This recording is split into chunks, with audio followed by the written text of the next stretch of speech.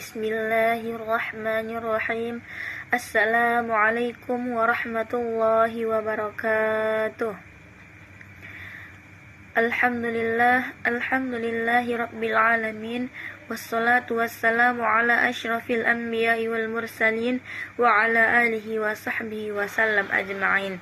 Amma ba'du.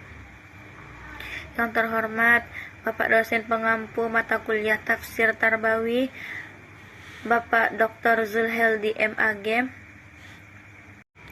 bersyukur kepada Allah Subhanahu wa taala dengan mengucapkan alhamdulillahirabbil alamin dan berselawat kepada Nabi Muhammad sallallahu alaihi wasallam. Allahumma shalli ala sayyidina Muhammad wa ala ali sayyidina Muhammad. Baiklah, saya Tuti Alawiyah Tambunan dengan NIM 2414040041.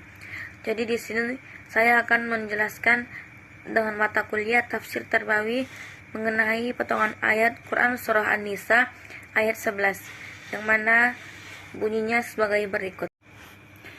A'udzu billahi minasy syaithanir rajim. Bismillahirrahmanirrahim. Yusikumullahu fi auladikum lidzakari mislu hazzil unsayain. Fa in kunna nisaan fawqa ithnataini falahunna thulutsa ma tarak. Wa in kanat wahidatan falahan nisf wa li abawayhi likulli wahidin minhumas sudus mimma taraka in kana lahu walad. Fa in lam yakul lahu waladun wa warithahu abawahu fali ummihi thuluth. Fa in kana lahu ikhwatun fali ummihi sudus min ba'di wasiyati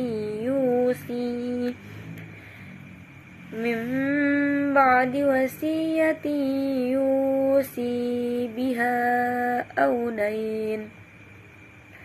Aba'ukum wa abna'ukum la tadruna ayyuhum aqrabu lakum naf'a fariidatan minallah. Innallaha kana aliman hakima. Shadaqallahul azim. Terjemahan Quran surah An-Nisa ayat 11. Allah mensyariatkan atau mewajibkan kepadamu tentang pembagian warisan untuk anak-anakmu, yaitu bagian seorang anak laki-laki sama dengan bagian 2 orang anak perempuan. Dan jika anak itu semuanya perempuan yang jumlahnya lebih dari 2, maka bagian mereka 2/3 dari harta yang ditinggalkan. Jika dia anak perempuan itu seorang saja, maka dia memperoleh setengah atau harta yang ditinggalkan. Dan untuk kedua ibu bapak, bagian masing-masing 1/6 dari harta yang ditinggalkan. Jika dia atau orang yang meninggal mempunyai anak, jika dia yang meninggal tidak mempunyai anak dan dia diwarisi oleh kedua ibu bapaknya saja, maka ibunya mendapat 1/3.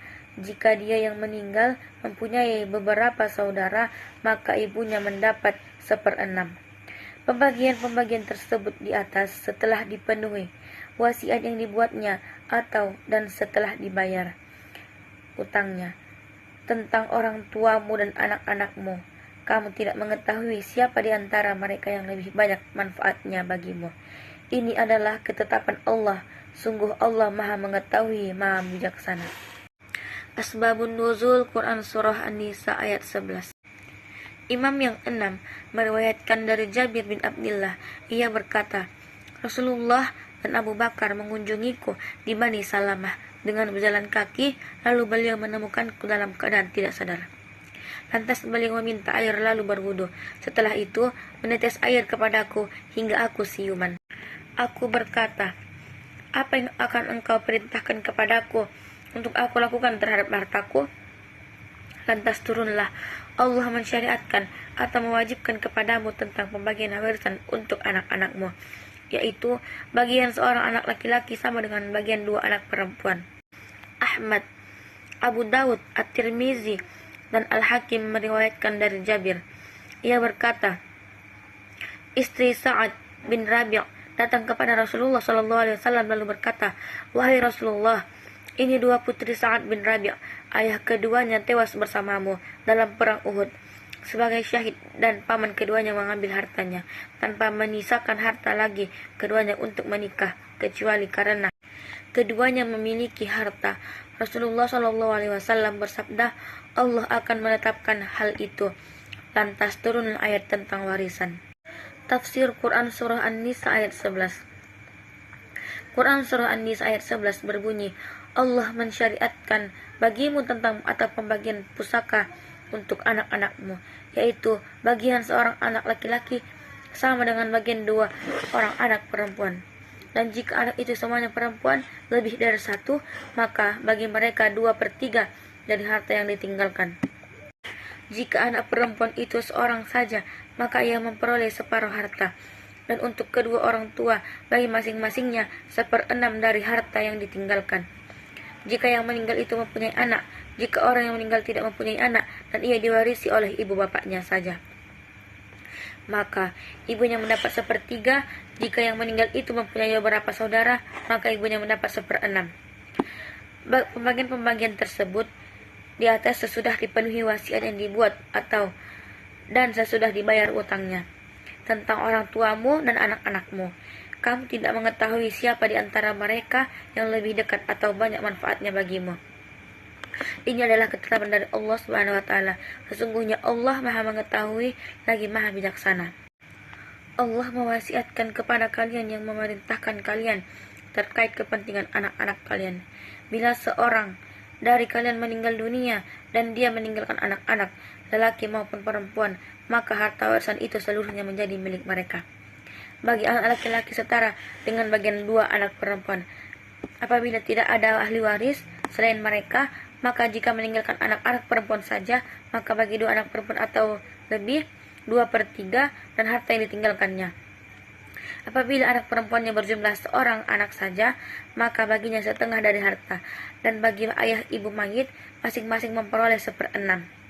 Jika si mayit memiliki anak lelaki atau perempuan berjumlah 1 orang anak atau lebih, dan apabila yang meninggalkan tidak mempunyai anak sedang ahli warisnya hanya ibu dan bapaknya, maka bagi ibunya bagian 1/3 dan bagi ayahnya bagian yang tersisa. Lalu, jika yang meninggal mempunyai saudara berjumlah 2 orang atau lebih, baik lelaki ataupun perempuan, maka ibunya mendapatkan 1/6, ayahnya bagian yang tersisa, sedangkan saudara-saudara mayit tidak mendapatkan apapun. Cara pembagian harta warisan ini hanya dilakukan setelah disisihkan harta yang diwariskan atau diwasiatkan oleh orang yang meninggal dalam batasan 1/3-nya atau disisihkan nominalnya sebesar tanggungan hutangnya.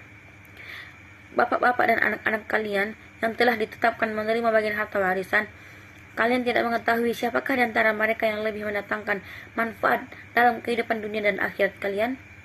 Maka janganlah lebih mengutamakan seseorang dari mereka di atas yang lain. Apa yang telah aku tetapkan ini merupakan perkara yang diwajibkan kepada kalian dari Allah Subhanahu wa taala. Sesungguhnya Allah Maha mengetahui makhluk-makhluknya, juga Maha bijaksana dalam perkara yang disyariatkannya bagi mereka. Allah mensyariatkan kepada kalian tentang anak-anak kalian, mengharuskan kepada kalian tentang perkara pemberian warisan kepada anak-anak kalian. Bagi anak laki-laki bagian yang sama dengan bagian 2 anak perempuan. Jika anak itu jumlah perempuan lebih dari 2, maka bagian mereka 2/3. dari harta yang ditinggalkan. Jika anak perempuan itu seorang saja, dia memperoleh setengah untuk kedua orang tua, dan bagi orang tua dari orang yang meninggal atau masing-masing mendapat 1/6 dari harta yang ditinggalkan jika yang meninggal mempunyai anak. Jika yang meninggal tidak mempunyai anak dan dia diwarisi oleh kedua orang tuanya, ibunya mendapat 1/3 jika dia mempunyai beberapa saudara, 2 saudara atau lebih, baik laki-laki maupun perempuan, atau ibunya mendapat 1/6 setelah wasiat yang dibuatnya atau dilunasi utangnya. Setelah dilunasi hutangnya atau orang tua dan anak-anak kalian itu tidak kalian ketahui siapa di antara mereka yang lebih banyak manfaatnya bagi kalian. Ini adalah ketetapan Allah. Sesungguhnya Allah adalah Maha mengetahui lagi Maha bijaksana. Menurut Ibnu Katsir, ayat ini menunjukkan keadilan Allah dalam menetapkan hak setiap ahli waris berdasarkan kedekatan, hubungan, dan tanggung jawab. Al-Qurtubi menjelaskan bahwa hukum waris ini dimaksudkan untuk menghadiri perselisihan dan menjaga keharmonisan keluarga. Sementara itu, Maududi menekankan bahwa ketentuan warisan ini juga mengajarkan prinsip tanggung jawab sosial dalam distribusi harta. Pembahasan dalam konteks pendidikan. Dalam konteks pendidikan, Quran Surah An-Nisa ayat 11 memberikan pelajaran berharga mengenai nilai keadilan, keteraturan, dan tanggung jawab. Ayat ini mengajarkan bahwa setiap individu memiliki hak yang harus dihormati dan dipenuhi. Nilai ini dapat diterapkan dalam dunia pendidikan melalui pembiasaan sikap adil, disiplin, serta tanggung jawab terhadap hak dan kewajiban masing-masing. Peserta didik diajarkan untuk menghargai perbedaan, menghindari diskriminasi, serta menumbuhkan rasa empati dan tanggung jawab sosial dalam kehidupan sehari-hari. Berikut beberapa nilai-nilai pendidikan yang terkandung dalam Quran Surah An-Nisa ayat 11. Yang pertama yaitu nilai keadilan atau akhlak sosial. Ayat ini mengajarkan pentingnya berlaku adil dalam pembagian hak, termasuk dalam warisan. Allah menegaskan bahwa setiap ahli waris, baik laki-laki maupun perempuan, memiliki bagian yang telah ditetapkan secara proporsional. Dalam konteks pendidikan, nilai keadilan ini dapat diterapkan melalui sikap adil kepada peserta didik tanpa diskriminasi, sehingga tercipta suasana belajar yang harmonis dan saling menghargai. Yang kedua yaitu keteraturan dan disiplin atau tata kehidupan. Ketentuan yang rinci mengenai pembagian warisan menunjukkan betapa syariat Islam mengajarkan keteraturan. Hal ini mendidik manusia untuk hidup teratur, tertib, dan disiplin dalam menjalani kehidupan. Dalam dunia pendidikan, peserta didik dapat diajarkan pentingnya menata aturan sekolah, mengatur waktu belajar, serta menjaga keteraturan dalam setiap aktivitas sehari-hari. Yang ketiga, tanggung jawab atau etika dan moral. Ayat ini juga menekankan pentingnya menunaikan wasiat dan melunasi hutang pewaris sebelum pembagian harta.